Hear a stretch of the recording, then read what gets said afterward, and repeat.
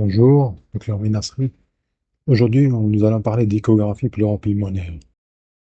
C'est l'échographie point of care, celle que nous, cliniciens, réalisons nous-mêmes au chevet du patient.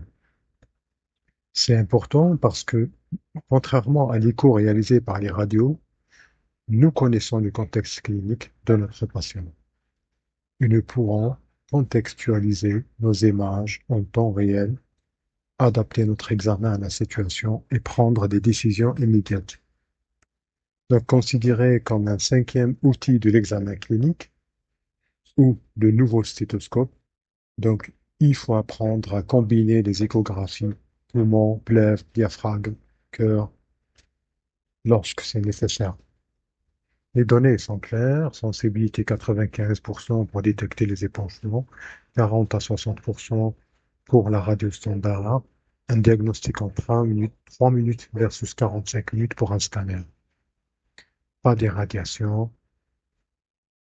Donc l'écho est un outil indispensable en réanimation. Pour l'intégration pratique, concrètement, comment l'intégrer? Trois applications majeures: monitorage dynamique du SDRA, aide de sevrage ventilatoire, guidage sécurisé des procédures comme les ponctions pleureuses. Passons à la pratique. Premier choix crucial, quelle sonde utiliser? Donc la microconvexe, votre sonde polyvalente en réanimation, excellent compromis entre la pénétration et la résolution, idéal pour les patients obèses et les patients et les épanchements profonds. On a aussi la linéaire, résolution exceptionnelle pour la plèvre superficielle et la recherche de pneumothorax, mais attention limitée pour un examen complet. Donc, troisièmement, la phased array, sonde cardiaque, pour une exploration rapide intégrant cœur et poumon. Positionnement et réglage. Pour la position, donc le patient de RIA est souvent en décubitus dorsal. Donc adaptons notre technique, position demi-assise, c'est possible, axial latéral, même sous ventilation mécanique. Les réglages de base, profondeur 5 à 8 cm, avec une focalisation sur la ligne pleurale. Donc c'est des règles simples pour améliorer la qualité de l'image. L'utilisation de protocoles est systématique. Il faut adopter un protocole pour ne pas passer à côté de pathologies localisées, pouvoir reproduire le même examen pour le suivi et ne pas perdre du temps dans les explorations désorganisées. Donc il y a principalement deux protocoles. Le bleu protocole, il stand for Bedside Lung Ultrasound in Emergency. Donc c'est l'écho au lit du patient aux urgences par Liechtenstein. Donc c'est un protocole rapide, efficace, sans mobilisation du patient, conçu spécifiquement pour la dyspnée aiguë indifférenciée aux urgences. Pour voir les points à explorer. Donc face antérieure, partie supérieure du poumon, c'est l'apex du poumon. Face antérieure, partie inférieure, c'est les bases antérieures. Face postérieure, base du poumon. C'est la zone dépendante pour les épanchements.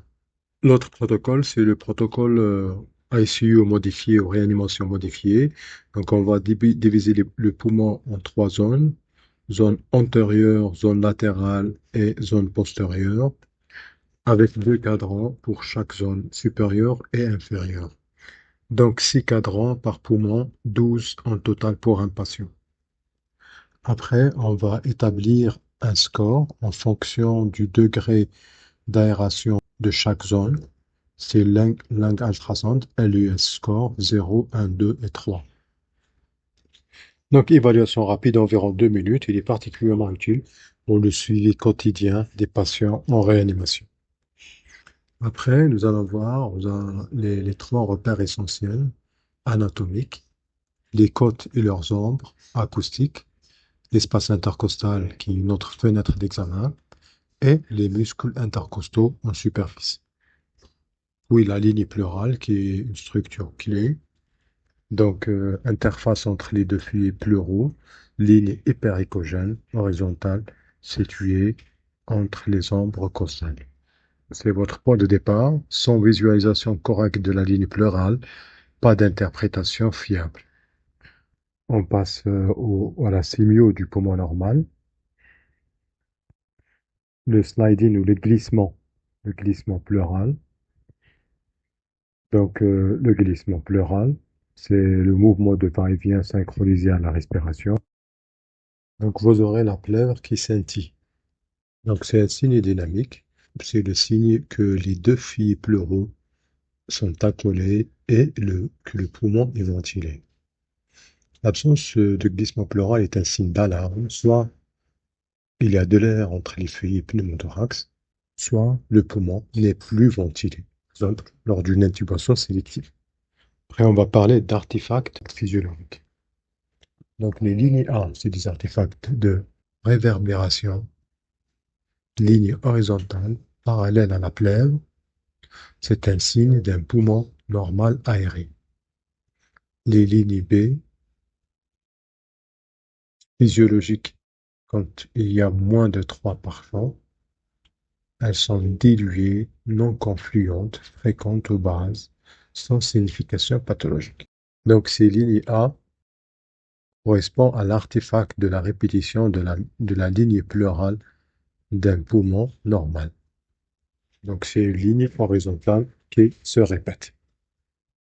Les lignes B sont des lignes verticales hyperéchogènes, donc blanchâtres, qui apparaissent sous la ligne pleurale et qui s'étendent vers le bas de l'écran échographique. Elles sont souvent perçues comme des lignes ou des faisceaux lumineux qui se déplacent avec la respiration. Donc quand elles sont pathologiques, plus de 3 par champ, elles témoignent d'une atteinte alvéolaire ou interstitielle. Après, on a le curtain sign, ou le signe du rideau diaphragmatique. Ce mouvement du diaphragme qui, comme un rideau, révèle le poumon sous-diaphragmatique à l'inspiration. Donc, son absence doit alerter sur une pathologie pleurale ou diaphragmatique. Donc après, on finit avec la checklist qualité. Donc les 5 critères de qualité, résumant avec une checklist simple. Un examen de qualité doit montrer les 5 critères de normalité. Une ligne pleurale, un glissement pleural présent symétrique, des lignes A dominantes et régulières, le signe du rideau visible aux bases. Moins de 3 lignes B par champ pulmonaire sont les critères de normalité. Donc, avant de conclure, il faut valider une bonne visualisation de la plèvre, du glissement, comparaison B latérale effectuée. Toutes les zones sont explorées. Enfin, soyez vigilants aux pièges classiques.